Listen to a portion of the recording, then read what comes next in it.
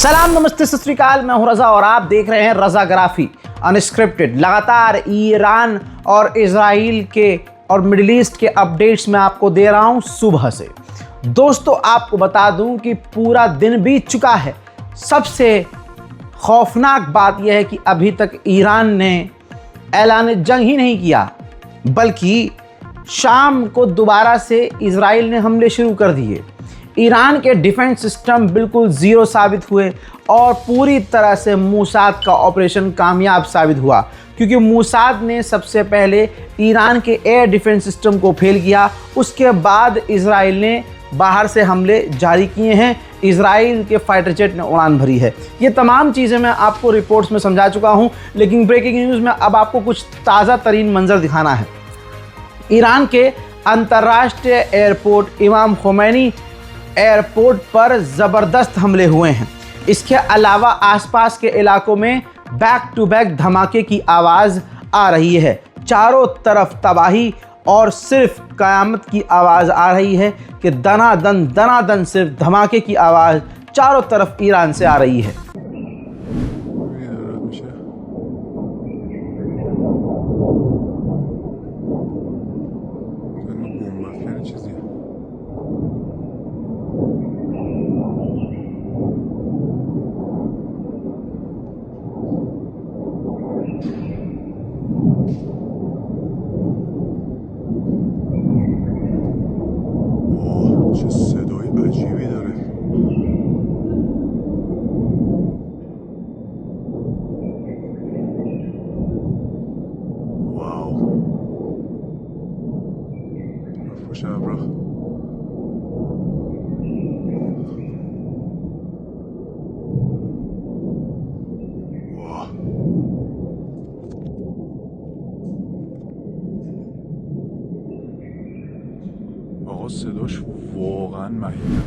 हज़ात नतंज facility पर पूरा दिन हमला हुआ है।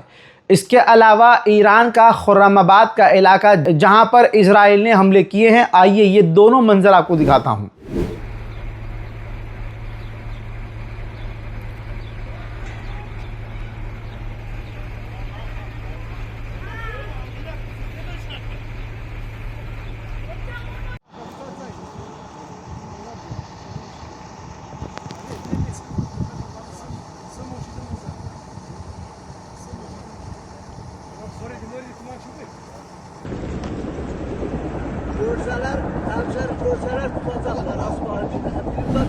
हज़रात, ईरान की जो नतंज न्यूक्लियर फैसिलिटी है उसकी सैटेलाइट तस्वीर आई है। इस सैटेलाइट तस्वीर में आप देख सकते हैं कि ईरान की न्यूक्लियर साइट जो है, नतंज की जो साइट्स है वो पूरी तरह से तबाह हो चुकी है।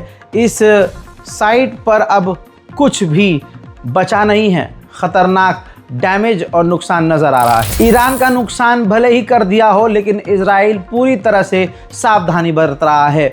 इजराइल की दूसरी एजेंसी, जासूसी एजेंसी शिन बेट ने अपने लोगों से भी मना कर दिया है कि आप लोग भी व्हाट्सएप का इस्तेमाल ना करें। आईडीएफ ने कहा कि हमने ईरान को सरप्राइज़ किया है। ईरान ने सोचा नहीं था कि हम ऐसा कुछ करेंगे। इसी वजह से ईरान की अभी तक कोई बैलिस्टिक मिसाइल लॉन्च नहीं हुई है। ये कितनी शॉकिंग बात है मोहतरम हज़रात कि ईरान ने अभी तक पलटवार नहीं किया है। छोटे मोटे ड्रोन हमले, सस्ते ड्रोन जो कई घंटे में इजराइल पहुंचेंगे, उन्हें तो कोई भी मार गिराता, लेकिन मिसाइल जो ख़तरनाक हैवी मिसाइल्स हैं उनको ईरान ने अभी तक लॉन्च नहीं किया है।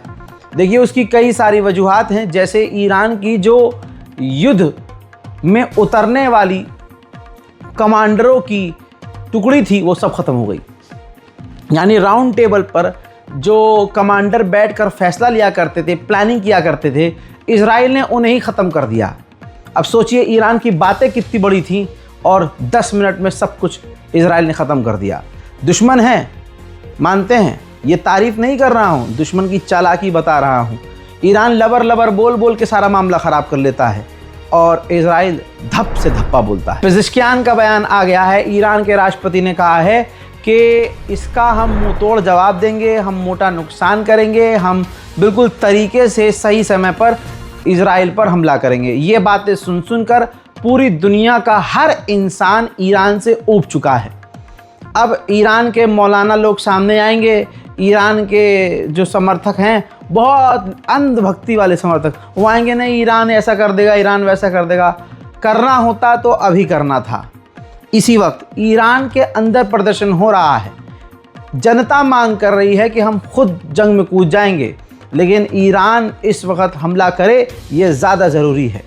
लिहाजा अंधभक्ति किसी के लिए सही नहीं है और किसी की अंधभक्ति सही नहीं है। ये तमाम लोगों का दिल, उन लोगों का दिल दुखा हुआ है जो कल तक ईरान का सपोर्ट कर रहे थे, कल तक जो ईरान से उम्मीद कर रहे थे, आज उनकी उम्मीदें ईरान ने तोड़ दी हैं। अमेरिकी एक्सपर्ट ने खुद एक्सपोज किया है कि अमेरिका ने ईरान को बातचीत के जाल में फंसाया, जिससे ईरान को यकीन हुआ कि इजराइल हमला नहीं करेगा क्योंकि हम बातचीत कर रहे हैं, और उधर से इजराइल ने धोखे से अचानक से ईरान पर हमला कर दिया। यह सब कुछ एक जाल था। उधर नेतन्याहू अमेरिका पर, यानी इजराइल अमेरिका पर दबाव बना रहा है कि आप भी हमला कर दो, हमारे साथ मिलकर अब आप भी हमला कर दो। और इसमें कोई मतलब वहीद नहीं है कि ईरान पर अमेरिका हमला कर दे, ऐसा बहुत मुश्किल नहीं है। हो सकता है कि इजराइल के साथ साथ अमेरिका भी ईरान पर हमला कर दे। उधर अमेरिका ने ईरान में तबाही मचवा कर एक बार फिर से ट्रंप ने कहा है ईरान से कि अभी भी वक्त है, आप हमसे बातचीत करो और डील कर लो, हमारी शर्तों को मान लो। जिस पर ईरान ने साफ मना कर दिया है कि हम न्यूक्लियर ट्रीटी, हम आपसे बातचीत तो बिल्कुल नहीं करेंगे, बल्कि जो न्यूक्लियर एग्रीमेंट है हम सोच रहे हैं कि उससे बाहर निकल जाएं।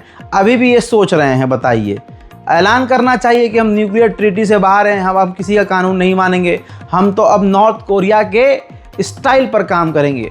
हालांकि यहाँ पर आपको बता दूँ कि नॉर्थ कोरिया ने ईरान को मिलिट्री सपोर्ट देने का भी वादा कर लिया है, और बहुत सारे देशों ने, जो जिसमें सऊदी अरब का भी नाम है, लेकिन मैं सऊदी अरब पर भरोसा नहीं करता हूँ। सऊदी अरब, कतर, पाकिस्तान, ऐसे कई देशों ने तो खुलकर सपोर्ट कर दिया है कि हम ईरान के साथ हैं, ओपन। लेकिन आपको बता दूं कि सिर्फ मुंह से सपोर्ट करने से क्या होता है।